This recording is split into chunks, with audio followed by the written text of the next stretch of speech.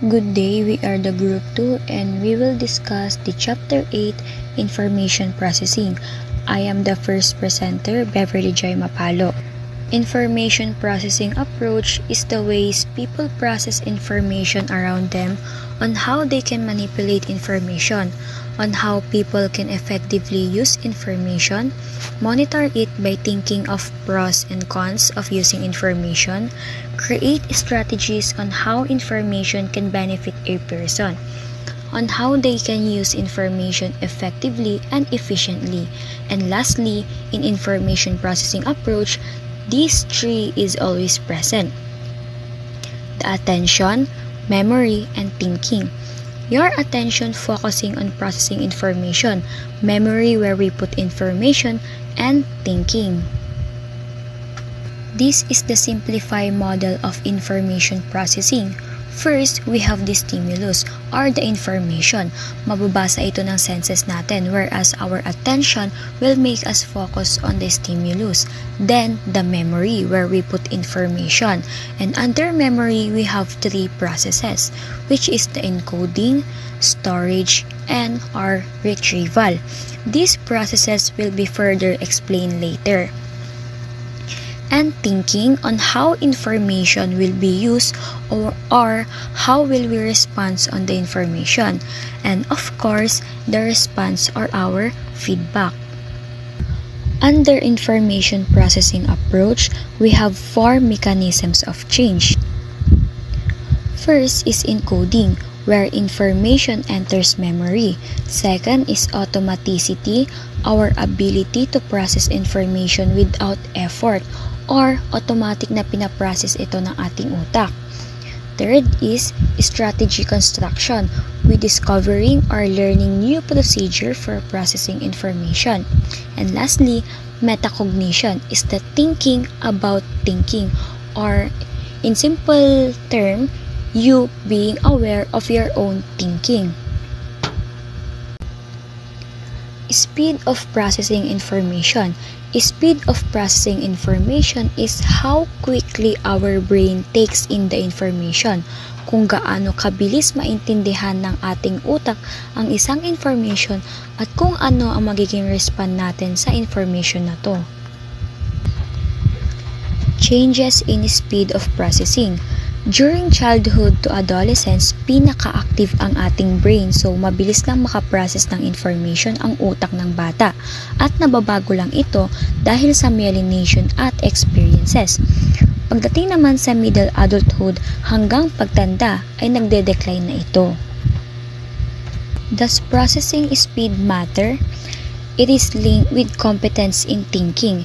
In some areas, processing speed matter. For example, in school, kapag may exam or activities, of course, we need to process information immediately para hindi tayo mahuli at hindi tayo ma-stuck sa isang gawain, right? It also says that processing linked to accumulated knowledge and abilities to perform. Moving on to attention, it means focusing of mental resources. Attention kung saan nakafocus or nakakonsentrate ang isang tao. We have four types of attention. First is selective attention. You are focusing on a certain or specific information or stimulus while ignoring distractions. Second is divided attention, concentrating on more than one activity at a time. Hindi lang nasa isang activity ang attention mo, nagfo-focus ka sa dalawa or more activity or information. Third is sustained attention.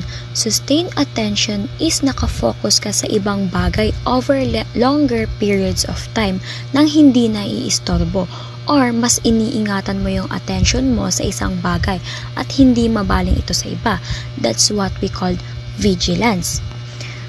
Last but not the least is executive attention. Executive attention is like the higher order of attention because it functions on regulation of thoughts, responses, and distractions. It is also associated with working memory. Working memory is the one who manipulates information, while executive attention is controlling the attention of a person to stay focused and active. That's why executive attention focuses on goals and decision making, and also problem solving. And I am the next presenter, Mitch De Vera, and we will proceed now into the infancy, where it starts at the birth to 24 months. In infancy, the sustained attention linked into habituation, na kung saan bumababa ang kanilang responsiveness sa isang stimulus after paulit-ulit na makita ang isang bagay or stimulus. While in this habituation, this is the way how children recover in a habituated response after mabago yung stimulus. Joint attention is the involvement of a two-person paying attention to the same thing. It begins about 7 to 8 months of age. Gaze following begins 10 to 11 months of age, where they have the ability to tell where someone is looking by observing the direction of their eyes. In joint attention, gaya ng sinabi ko kanina, individuals focus on same object or event. Under the joint attention is the ability to track another's behavior, one person directing another's attention, and reciprocal interaction. This is the exchanging on how individual or object exhibits similar behavior. This shows that the caregiver and infant interactions can affect language development and vocabulary size of an infant. Next is the childhood. Their attention control ability increases with age. Preschool child. Deficits and attention control, wherein nahihirapan silang mag-focus sa isang bagay dahil maraming interruptions na nangyayari sa paligid niya, to the point na parang hindi niya na alam kung saan siya magpo-focus. For example, in a preschool setting where a child is consistently shifts focus from the teacher's instructions to distractions within the classroom. This lack of sustained attention not only hampers the child's ability to comprehend lesson content, but also impacts his social relationships, as he may miss cues from classmates during collaborative activities. In attention to salient stimuli, for example, in an emergency setting such as alarms or sirens, the presence of flashing lights acts as a critical salient stimulus that prompts immediate action. Planning improves as part of playfulness.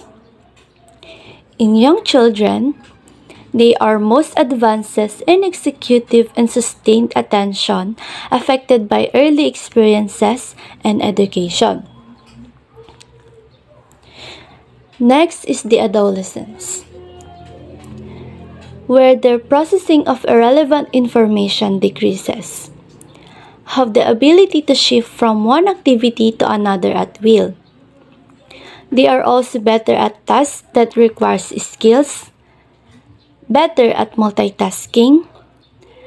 Their number of competing tasks increases with age, expands information attended to, distracting and processing ability to varies among adolescents. And lastly, the adulthood. Older adults may not be able to focus relevant information as effectively as their younger years. They also less adept at selective attention. Older adults aged 50 to 80 years old perform worse in divided attention condition than younger groups affected by vision and environmental distractions. And now, we will proceed into the memory. Memory is the retention of information over time. It allows humans to spend time in reflection over life's activities. We also have the process of memory, on how information is encoded, retained, and stored in our memory. Our memory also has imperfections. And under the processing information in memory, we have encoding, storage, and retrieval. Encoding is getting information into the memory. Storage is how we're retaining information over time, while the retrieval is taking information out of our storage. Schema theory is a branch of cognitive science concerned with how the brain structures knowledge. Many reasons for inaccuracy, we fill in gaps. People construct and reconstruct memories made to fill information that is already in mind. Schemas, mental framework that organize concept and information affect encoding and retrieval. It aids the encoding through active and elaborative rehearsal, while it assists retrieval by providing a format for reconstituting old memories. Culture, gender, and memory link. Culture selectively synthesizes members of society. Culture specificity hypothesis. Culture environment affect experiences. Females better than males at episodic and emotional linked memory, including delaying recalls and recognition than do males. Females are also better than males at processing information in elaborately and in more detail. Infancy. Recent research limited type of memory at 3 months. First memories, where infant can form memories within the first few days of life. Infant can recall their own mother's face, distinguishing it from face of stranger. Ravi Collier, Infant Memory and Experiments. Her work suggests that while infants are obviously not as skilled at storing and retrieving information as adults, the basic process is more or less the same, as infant can learn and recall much earlier than original thought. Implicit memory. Memory without conscious recollection is skills and routine done automatically. Ito yung mga bagay na automatic nating ginagawa nang hindi namamalayan kasi lagi mo na lang ginagawa. Parang nasanay na yung katawan mo. Kaya nagagawa mo to kahit unconscious ka. Explicit memory. Conscious memory of facts and experiences appears after 6 months. Example, nire-recall mo kung anong nangyari nung birthday mo. Nag-recall ka habang conscious ka. Infantile amnesia, also called childhood amnesia. One cause is the immature prefrontal lobe. Adults recall little or none of the first 3 years. Hindi nila malala yung mga past event nung sila ay nasa age 1 to 3 years old. Prefrontal lobe in brain play important role in memory of events. Childhood. Memory improves considerably after infancy. Short-term memory retain information up to 15 to 30 seconds without rehearsal. Span is very limited. Short-term memory has also tendency to forget things quickly. Working memory is a kind of workbench for manipulating and assembling information, more active, powerful than short-term memory. Working memory are also responsible in making decisions, solve problems, comprehend written and spoke language. Working memory also has a limited capacity that can hold information. The image below is the example of working memory model. Working memory consists of 3 main components: the phonological lobe, visual spatial working memory, and the central executive. The phonological lobe and visual spatial working memory serve as assistants, helping the central executive do its work. Input from sensory memory goes to phonological lobe, where information about speech is stored and rehearsal takes place, and to visual spatial working memory, where visual spatial information, including imagery, is stored. Working memory is a limited capacity system, and information is stored there for only a brief time.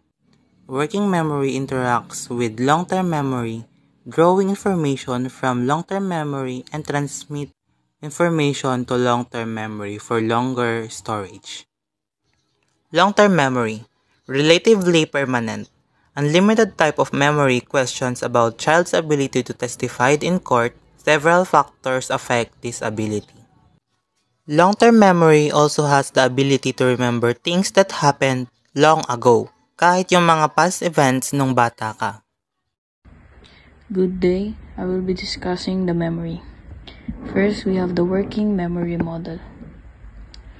We have the central executive, the long-term memory, the phonological loop, rehearsal, input via sensory memory, and visuospatial.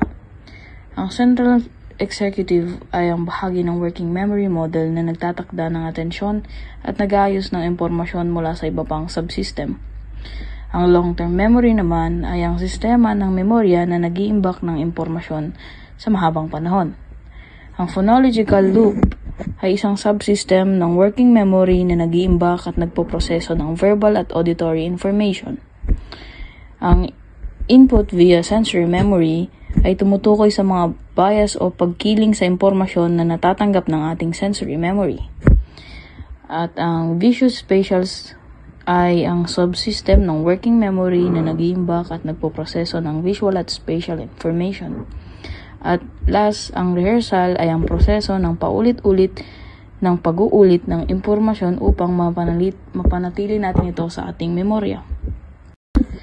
So let us proceed with the children's long-term memory. Children as eyewitnesses. Age differences in susceptibility. Individual differences in susceptibility. Interviewing techniques can cause distortions, determines if child's testimony is accurate. Mahalaga ang long-term memory ng mga bata, especially kapag sila ay mga eyewitness sa mga incidents.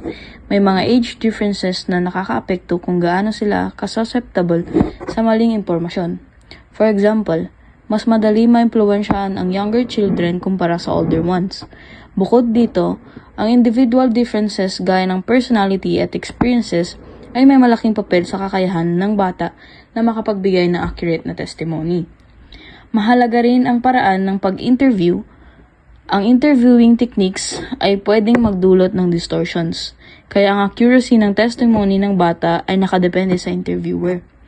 Ang reliability ng kanilang testimonya ay madalas na naapektuhan ng interviewer's skills at approach. Strategies used to improve. Rehearsal. Repetition better for short term. Organizing. Making information relevant. So, ang rehearsal, ang pag-uulit ng impormasyon na epektibo para sa short-term memory retention. Ang organizing ay ang paggawa ng impormasyon na may relevance at nakakatulong sa memory improvement. Next ay ang imagery, creating mental images for verbal information. Ang imagery naman ay ang paglikha ng mental images para sa verbal information para mas mapahusay ang ating pagre-recall.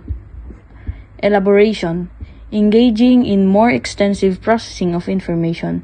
Use of examples, self-referencing. Ang elaboration naman ay ang pag-engage sa mas malalim na processing ng impormasyon. Gamit ang examples or self-referencing, ito ay nakakatulong para mas masolidify ang memorya. Fuzzy trace theory. Two types of memory representation. Verbatim memory trace, precise details. GIS, central ideas of information. Ayon sa fuzzy trace theory, may dalawang uri ng memorya retentions. Ito ang verbatim memory trace at ang GIS. Ang verbatim memory trace, ito ay ang precise details ng isang event, while ang GIS, ito ang central idea o kabuuan ng isang impormasyon. Next ay ang knowledge. Knowledge influences what people notice and how they organize, represent, and interpret information. Sabi niya dito, ang impluwensya ng kaalaman ay mahalaga dahil ito ay ang nakakaapekto sa kung ano ang napapansin at kung paano inaayos, nire-representa at ini-interpret ang isang impormasyon.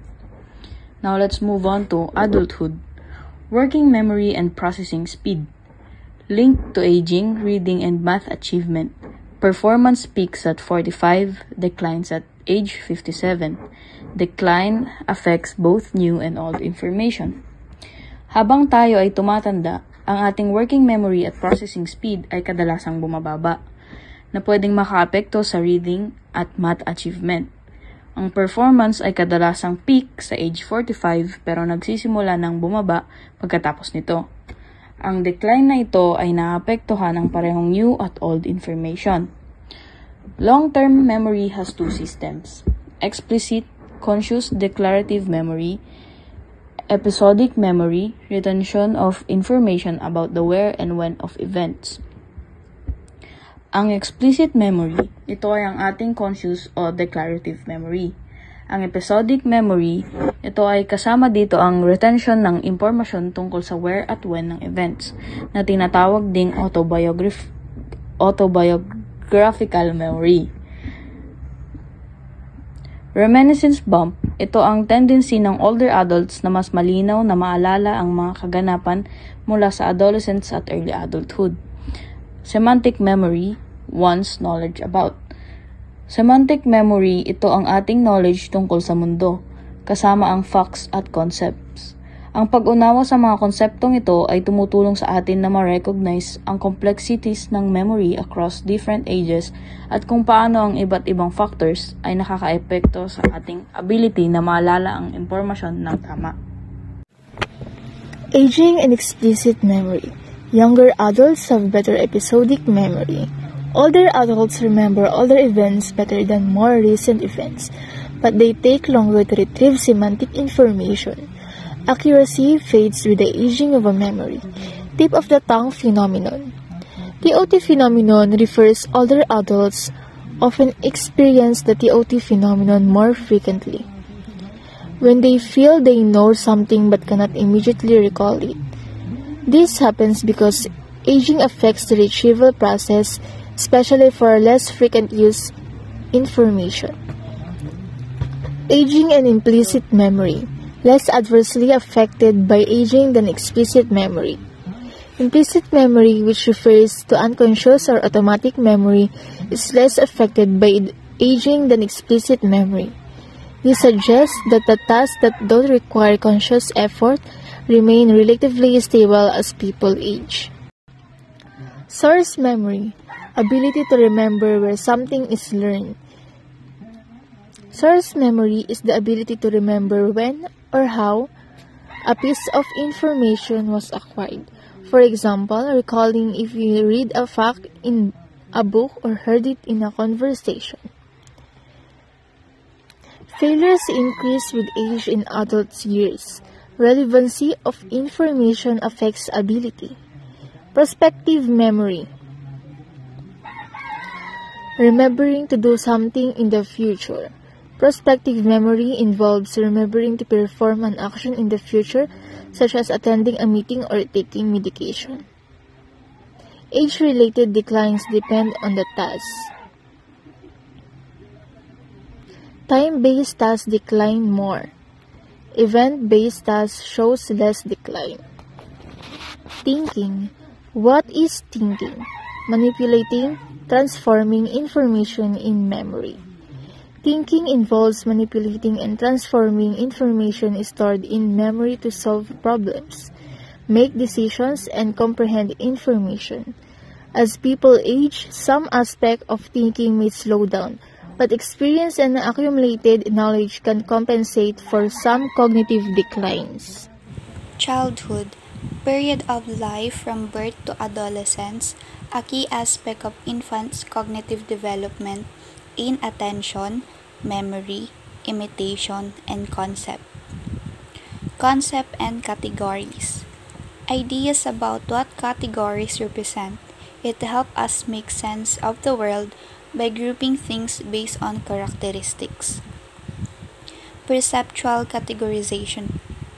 Process by which individual group objects, stimuli, or events into categories.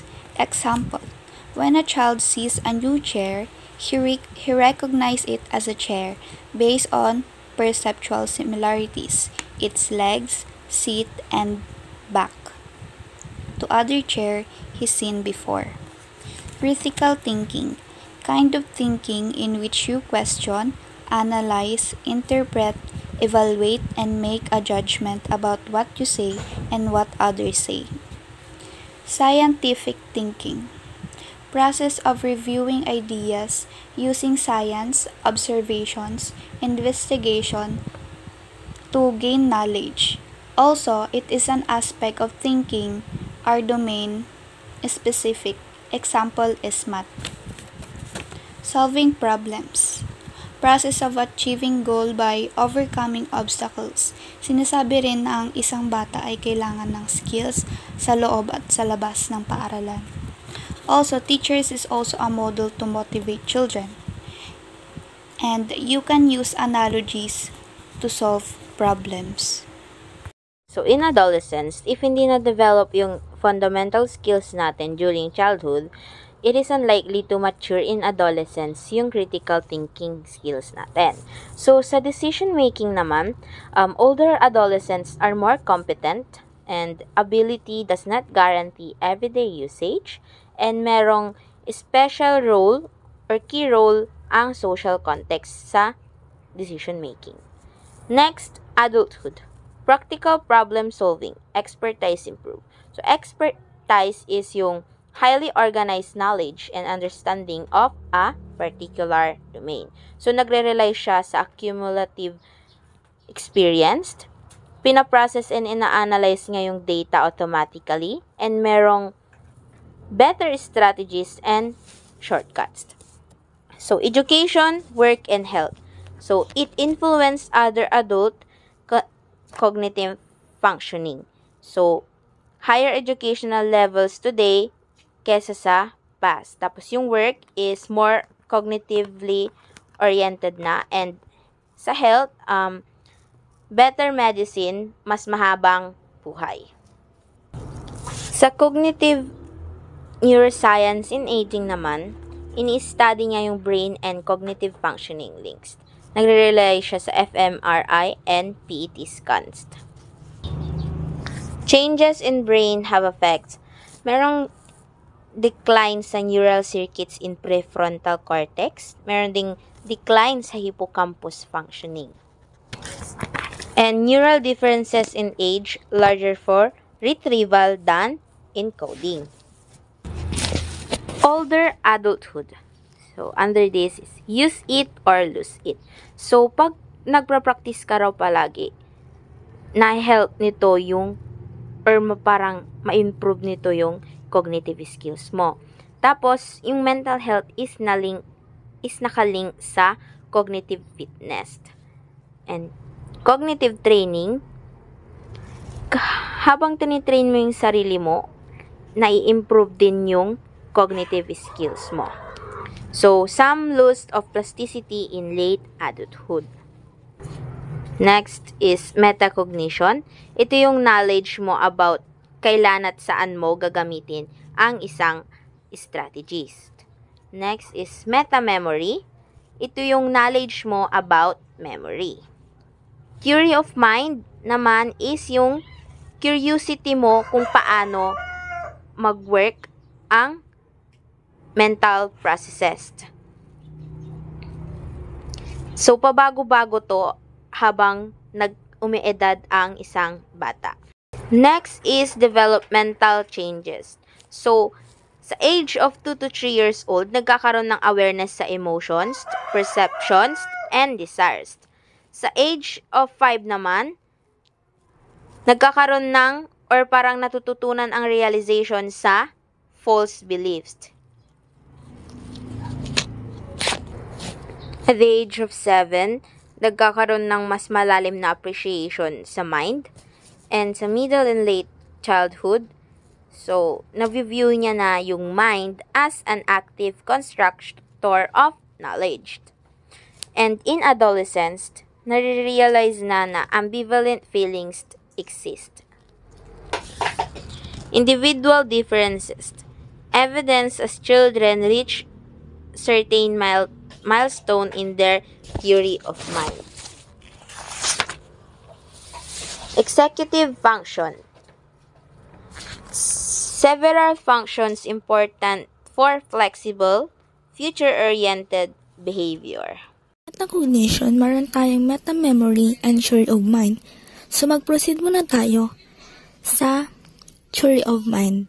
So the theory of mind is a cognitive ability or our capacity to infer others' mental states or crucial for the development of social communication. Under ng theory of mind ng autism, sinasabi na difficulty in social interactions, communication, repetitive behaviors, interests, and also having difficulty developing theory of mind. Kasi sinasabi na ang autistic people find mind reading or to be understanding to others are difficult kasi nga nahihirapan silang mag-build ng theory of mind. Proceed naman tayo sa meta-memory.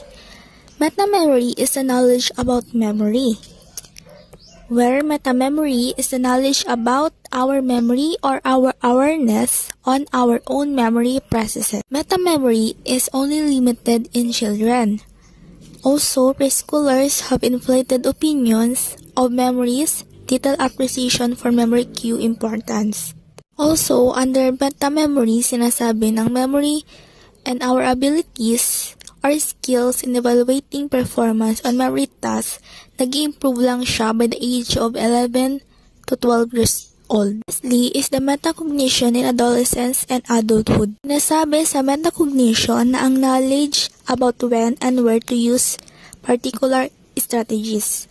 In other words, metacognition is thinking about one's thinking. Adolescents are more likely than children to effectively manage and monitor thinking. Also, middle-aged adults have accumulated a great deal of metacognition knowledge, while older adults tend to overestimate memory problems they experience on a daily basis because metacognition includes our critical awareness. Because age is associated with memory impairment, impairment is considered to be normal part of aging, so older adults tend to overestimate memory problems they experience on a daily basis.